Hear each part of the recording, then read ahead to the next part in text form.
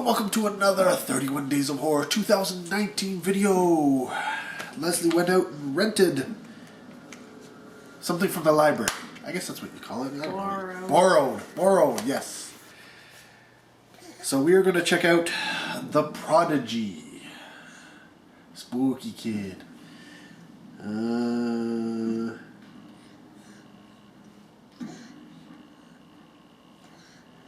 Okay. I don't even remember what it said. So, again, it's Spooky Kid story. Kid seems like he's possessed or something like that. Bad stuff happens. It's fairly new, so I'm hoping that it's okay. Like it's this year. I'm just not, I don't like the cover. Don't judge a movie by its cover. Oh. I do that all the time. Yes, you do. It's from the producer of The Exorcism of Emily Rose. I think I saw it, and I don't think I liked it. I didn't think it was anything spectacular, so really saying it's from the producer of that movie doesn't make me want to go, oh, I gotta see it. It's only rated 14.8. Well, most of the stuff is 14.8 these days. It'll all depend on the kid. If he is a crappy actor, this movie's gonna be annoying as all hell. So, do we know who the kid is? It doesn't look familiar. I don't know who the kid is. Maybe he's from Game of Thrones or something. Okay, so, yeah.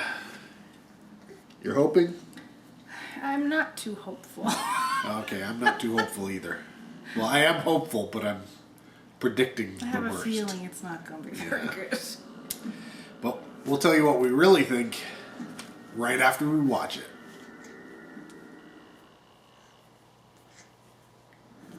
And he finishes his bottle.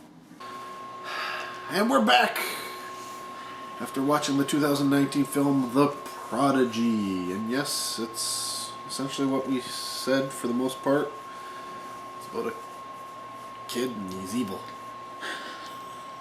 They're all evil. They're all evil. Film runs about an hour and a half long. So it was a pretty quick one. It didn't seem that quick. Yeah, no, it didn't seem that quick. It didn't fly by very much. In terms of the film itself, it's directed by Nicholas McCarthy. Now, Nicholas McCarthy is someone who's done horror before, so he's not new to the genre. The problem is he hasn't done great things in the genre. You remember that 2012 film called The Pact? I think I did a 31 Days of Horror on that a while back. I saw that. Yeah, you saw that. At the Devil's Door, I did not see that one, but I didn't hear anything good. Then he did Holidays in 2016 before hitting this one up. So yeah. He's done genre work, just wasn't that great. The writer, on the other hand, is Jeff Bueller. Now, you probably recognize that name. And you want to know why you recognize that name? Because he's the guy who messed up the New Pet Cemetery. Oh.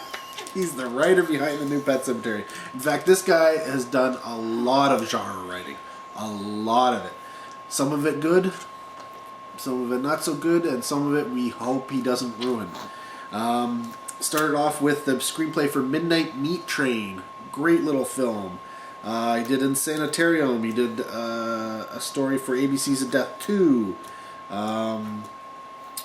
He did The Tale of Timmy Batterman. Then he did this one. Then he did The Pet Cemetery. And he's also in line doing the writings for the remake of Jacob's Ladder. I loved the original. Please don't ruin the remake. And he's also in for the remake of The Grudge. So this is somebody who's had his hand in all sorts of genre stuff. So you know he wrote something fantastic here. In terms of acting, oddly enough, the only one who had any real genre work under their name was the kid. How weird is that? Yes. Jackson Robert Scott. The name may not mean anything to you, but the name Georgie might, because he's the little Georgie from It, the remake. Yes. Okay, so maybe he hasn't had a lot of genre work, but either way. Mum is played by Taylor Schilling. Now, Taylor has quite a decent amount of work under her, but none of it is genre work. But you may have seen her in Atlas Shrugged Part 1, or perhaps in Argo, where she played the Christine Mendez character. Isn't she the one from the Orange is the New Black? Orange is the New Black? I don't know. I've never seen Orange is the New Black. Oh, because that's who I thought she was. I wasn't if she was in Orange is the New Black. I haven't seen Orange is the New Black here. Nope. Oh, yeah. 91 episodes. Orange is the New Black. Piper Chapman. I've never seen that show. Clearly, or immediately, you would have known that. The dad is played by Peter Mooney. Now, Peter Mooney is one of those guys who's got quite a few things to his name. A lot of television and such, one-offs. Nothing really in the genre type stuff. Category 7, The End of the World, the TV miniseries. He was in that one. But really nothing. Summer's Blood, I think, is the best thing he's got going for him. That was, I think the only horror movie really under his selected works here. But people are probably going to know him from Rookie Blue. If you watch that television show, he plays Nick Collins there. The only other person that should really be of note, and as soon as I saw him, I was like, this movie is shot in Canada. Colm Fiore, the man who is in everything shot in Canada. 156 things to his name. He has been in every single television show shot up here. Yeah. But, he was in 24, where he played Henry Taylor. In the Thor movie, the new Thor movie, he played King Laufey. In the Borgias, he was Giuliano della Rovere. Not the bourgeois. That's not how you say it. Oh, the Borgias. It's a family name. Oh. The Bourgeois. Lately, he's done Jack Ryan's Shadow Recruit, Elephant Song, Painkillers, King Lear, and he did, if you've been watching, what's that new show? Shoot, can't remember what it was called. I don't know. There's a new show that he was in. But most people are going to know him from, he was a main character in Bone Cop, Bad Cop, if you saw that English-French cop movie from Canada. House of Cards, where he played General Brockhart. It was the Umbrella Academy. That new show that's on, I think it's on Netflix. Sir Reginald Hargreaves is what he played there. But again, he's not a guy, he's in everything, all sorts of genres, but he's not really a genre actor. The closest thing I could really find for him where he played a main role was The Chronicles of Riddick, where he played Lord Marshall. He's one of those, if you're shot in Canada, he's one of the guys who always is in everything. He's one of those actually Canadian actors who gets flown to LA to be in stuff. That's how prolific this guy is. I thought you just recognized location and was like, oh, that's one. No. As soon as I saw him, I was like, okay, I know this is shot in Canada. But I did recognize he came in later in the movie, so I recognized one of the locations before that, but That didn't mean anything. This is an XYZ Films product. Now XYZ Films has done some good stuff. I'm not so sure either of us is going to say this is one of them. But I'll let Leslie chime in.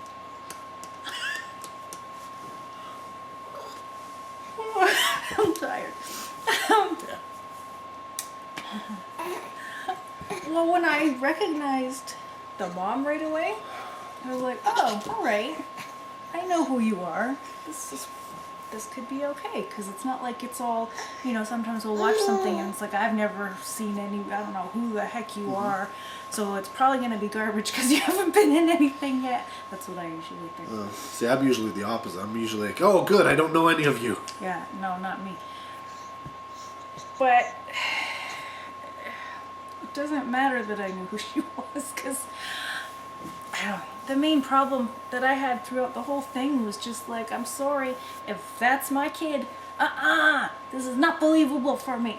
No, I'm not gonna stick around with some evil ass kid. I'm not, no. So then it just got too predictable.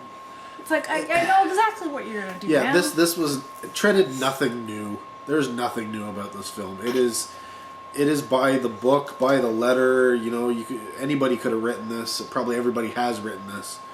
And oddly enough, it is the second film with reincarnation being the main theme. For our 31 Days of Horror this year. Well, oddly enough. I mean, acting wise, it's fine. Whatever. Everybody acts essentially how you would expect things to be. I thought it was gonna, hang on the kid being a bad actor or a good actor, but it wasn't the acting. That's not the problem here. The problem is that guy who did all the writing that we like. Apparently, he just phoned this one in. He was just like, "Yeah, I can write something for you. Give me an hour." Yeah. Because wow, this was just. There's nothing original about this film at all. Now, had this been an older film, I'd be like, okay, that's okay, not a problem. They didn't have as much to pull from. Twilight Zone or novels or something would have been your source of material that you could have gotten something similar to this from. But no, by this point, this story exactly almost has probably been done 1,000 times. Come on. Seriously, at least give us something new. At least give us something new. Now, when we started off, we said rated 14A. This movie, apparently for the United States, was rated R. Which is ridiculous. And I'll tell you right now, this movie was essentially a made-for-TV film with a little bit of nudity and some added gore. And I'm not talking a lot of gore. I'm talking very little amount of gore. I don't know where these ratings, either rating, Canadian or, honestly, this is almost a family film. It's so close. Outside of the fact that it's a horror film about a killer kid, it's on the Disney Channel. It's on the Disney Channel. I expected a musical number to show up at any point. Yeah. But, wow. Yeah, honestly, this was one of those things where somebody had some money and I don't know. I don't know why they made the film. I can't see anybody behind this film going, oh my god, we are so proud of this film. We're breaking new ground. We think we have a winner here. It's like it was released in the theater. It was, right? yeah, it went to theaters. Me, it's more like a direct to, you see it at the dollar store or something. Well, that's what I'm saying. This is a Sunday night made for TV film with 5 scenes that wouldn't make it. You cut those 5 scenes out, Sally Struthers is in this movie, and I'm telling you, right? It's Lord. She would have been. I think she's done a movie. I think she's done this movie on made for TV like way back in like the 80s sometime. I think she has. It's like, I don't know. I don't know who Sally Struther is. I don't know. If you say so. Yeah, so I'm going to say not recommended. You're thinking about it. Because maybe somebody hasn't seen that kind of thing a lot. Well, then go watch one of the older ones. And I've watched way worse movies. Oh, I'm not saying it's a bad movie. I'm just not going to recommend it because you've already seen it. Maybe not.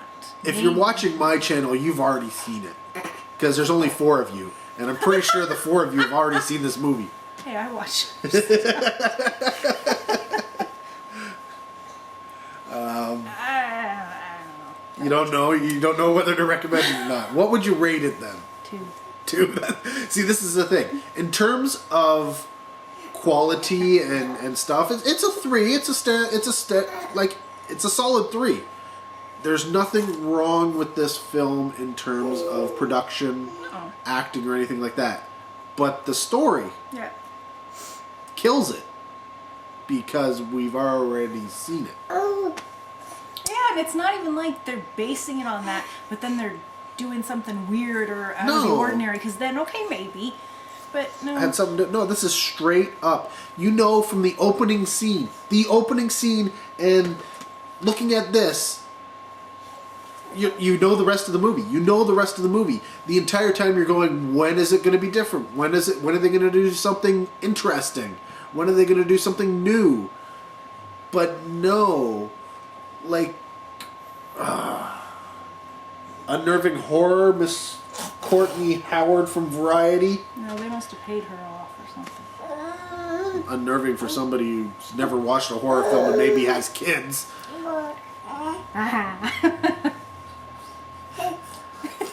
But James, the whole time, he's just like, I beat that kid up. I killed him. yeah. Like, That kid's gonna whack me. I'll beat his ass. yeah. There's just stuff that happens in this film, and you're just like, come on, seriously.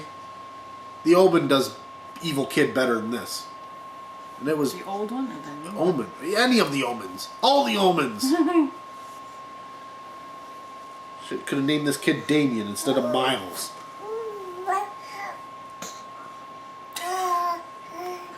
But yeah, I don't know. Whatever. It is what it is. Kudos. They made a film. I did not make a film, so one up for them. That's gonna be your tagline all the time. Till I make a film. And then we review it on the 31 Days of Horror. And she goes, 1 out of 5. I would not recommend it. And I go, what? You gave it such a high mark. We'll get him a baby video camera. He can video. Yeah. We'll strap a GoPro to him while he's going around. That'll be the scariest thing ever. It would Yeah, be probably would be. scary.